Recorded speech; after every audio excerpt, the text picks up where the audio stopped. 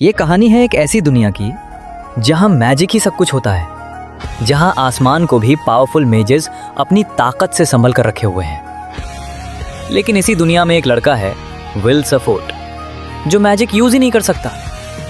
फिर भी वो उसी दुनिया के सबसे ऊंचे टावर तक पहुंचना चाहता है, क्योंकि उसके पास एक ऐसा वादा है जो उसे हर हाल में आगे बढ़ने पर मजबूर करता है। तो उसके बाद हम देखते हैं कि रिगार्डन मैजिकल एकेडमी को, और इस एकेडमी में सबसे ज़्यादा वैल्यू मैजिक की होती है। लेकिन जिसके पास मैजिक टैलेंट नहीं है वो क्या करेगा? वो जाएगा डंजन में और वो मॉन्स्टर्स को मारेगा। ये सारी बातें हमें हमारा मेन कैरेक्टर बता रहा होता है, और हमारा मेन कैरेक्टर मैजिक यूज़ नहीं कर सकता, इसलिए वो डंजन पे जाता है। हमारे मेन कैरेक्टर का नाम है विल सरफोर्थ। अगला सीन एक क्लासरूम का होता है। यहाँ पर इन लोगों का टीचर इनको मैजिक के बारे में कुछ कह रहा होता है, और ये है इन लोगों का प्रोफेसर। इसका नाम है एडवर्ड सरफेंस, और हम इसको एडवर्ड बोलेंगे। एडवर्ड विल को आवाज़ लगाता है, लेकिन विल एक बार भी नहीं सुनता। 2-4 बार आवाज़ लगाने के बाद विल यहाँ पर खड़ा होता है। एडवर्ड विल को अपने पास बुलाता है और उसको मैजिक करके दिखाने के लिए कहता है। ये सुनकर विल खुद से कहता है, अबे यार, फिर से फंस गया। जैसे ही विल वहाँ पर जाता है, वो बस चुपचाप वहाँ पे खड़ा रहता है। एडवर्ड विल से कहता है, तुम्हें क्या हो गया, शो करके दिखाओ। तुम्हें बस यहाँ पर फ्लेम्स को मैनिपुलेट करना है। विल मैजिक यूज़ नहीं कर सकता, लेकिन वो फिर भी ट्राई करता है, लेकिन उसके ट्राई करने पर भी कुछ नहीं होता। और अब यहाँ पर पूरी क्लास विल के ऊपर हंसने लगती है, लेकिन प्रोफेसर इन सबको शांत रहने के लिए कहता है। एडवर्ड यहाँ पर कहता है, मुझे विश्वास नहीं हो रहा कि हमारे एकेडमी में ऐसा स्टूडेंट भी है जो कि इतने आसान मैजिक को परफॉर्म भी नहीं कर सकता।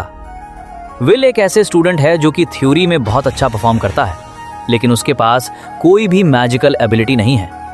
लेकिन तभी यहाँ पर एक स्टूडेंट कूल बनने के लिए बिना बोले ही मैजिक यूज करके दिखाने लगता है, और वो सेम वही मैजिक परफॉर्म करता है जो कि एडवर्ड ने विल से कहा था करने के लिए।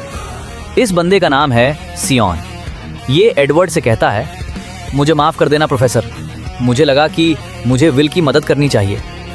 और इसके बाद एडवर्ड सभी से कहता है, जैसा कि तुमने देखा, यहाँ पर मैजिक ही सब कुछ है, और मैजिक परफॉर्म करने वाले ही हीरोज़ कहलाते हैं। और इस एकेडमी में मैजिक टैलेंट की सबसे ज़्यादा वैल्यू होती है, और उन लोगों की यहाँ पर कोई जगह नहीं है जिनके पास मैजिक टैलेंट नहीं है। अच्छा, यहाँ पर यही होगा कि ऐसे लोग मैजिक एकेडमी को छोड़ दें।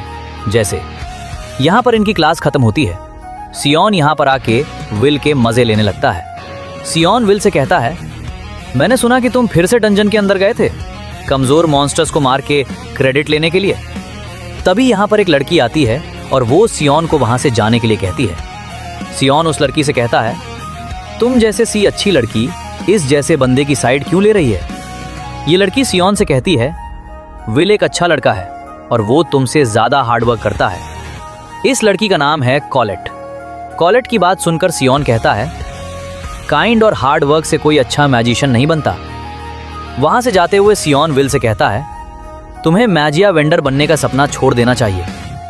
अगले सीन में कॉलेट विल से कह रही होती है कि सियोन की बातों पर ध्यान मत दो, और प्रोफेसर एडवर्ड तो तुम्हारी बेइज्जती करते ही रहते हैं। विल कहता है कि वो ये बात मानता है कि वो मैजिक यूज नहीं कर सकता, और वो खुश है कि कॉलेट जैसी क्यूट लड़की उसकी चिंता करती है। कॉलेट उसकी बात सुनकर ब्लश करने लगती है, और वो उससे कहती है, तुम ये बात इतनी आराम से कैसे कह सकते हो? वैसे भी तुम्हें लड़कियों से ऐसे बात नहीं करनी चाहिए। विल कहता है कि उसे बचपन से सिखाया गया है कि लड़कियों को हमेशा प्रेज करना चाहिए। वैसे भी कॉलेट क्यूट है तो उसे क्यूट ही कहेंगे ना, तो इसमें गलत क्या है? ये बात सुनकर कॉलेट उसे कहती है, चलो चलो, हो गया तुम्हारा बस बहुत। एक्चुअली में कॉलेट एक नोबल है, यानी वो एक बहुत अमीर बाप की लड़की है। कॉलेट देखती है कि विल आसमान की तरफ देख रहा है।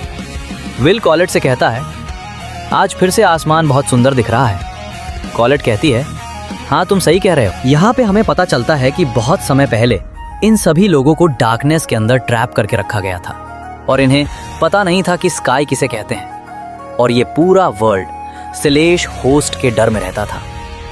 उस समय पर 5 विजेट्स आए, और उन लोगों ने इन सभी को डार्कनेस से बाहर निकाला, और उन्हीं 5 विजेट्स को ही माजिया वेंडर कहा जाने लगा।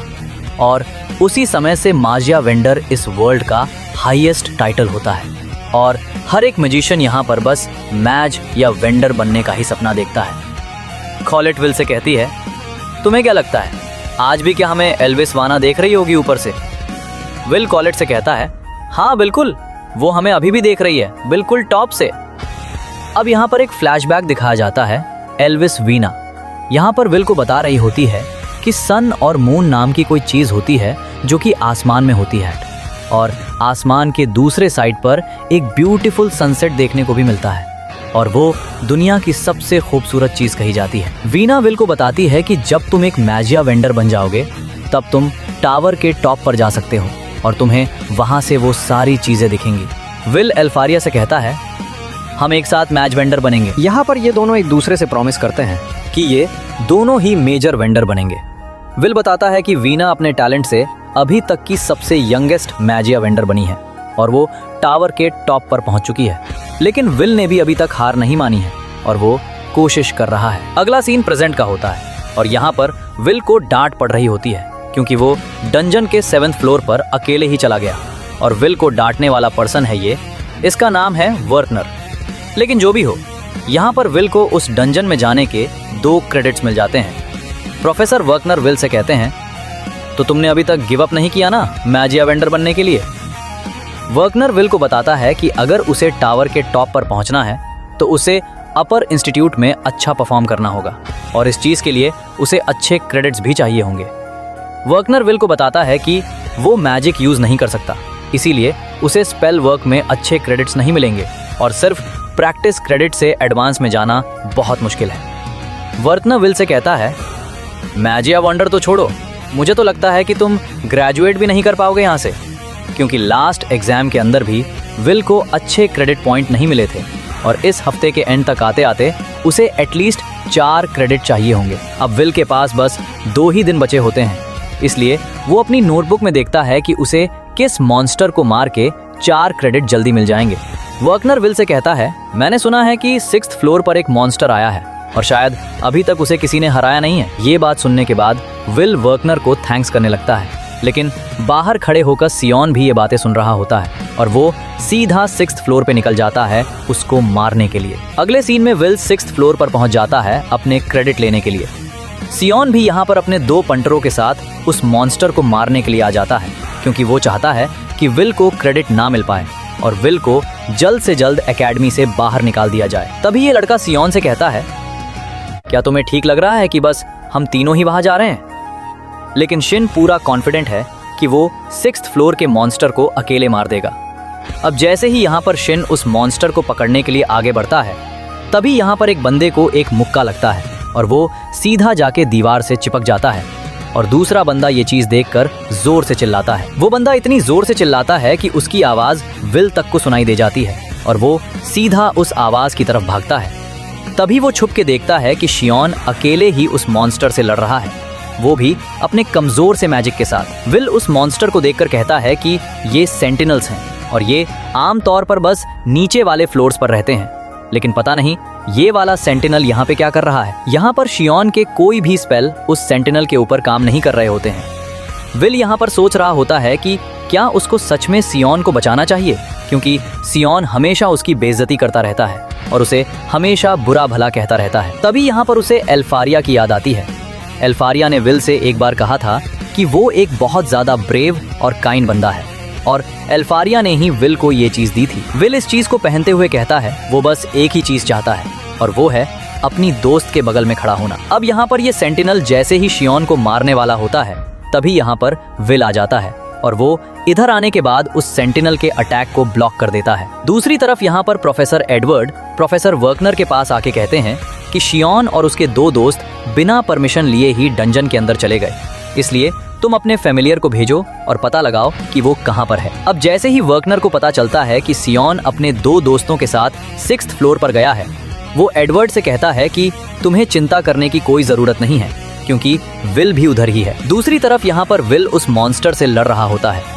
विल को इतना ज्यादा अच्छा लड़ता हुआ देखकर सियोन सोच रहा होता है कि क्या ये वही विल है जिसको मैजिक नहीं आता। एडवर्ड भी मैजिक क्रिस्टल के अंदर विल की फाइट को देख रहा होता है। यहाँ पर वर्कनर एडवर्ड को बताता है कि विल के पास सुपर ह्यूमन स्ट्रेंथ है, लेकिन इसी के साथ साथ उसके पास ऑब्जर्वेशन स्किल भी है, जिससे वो अटैक के पैटर्न्स को याद रख के अटैक करता है।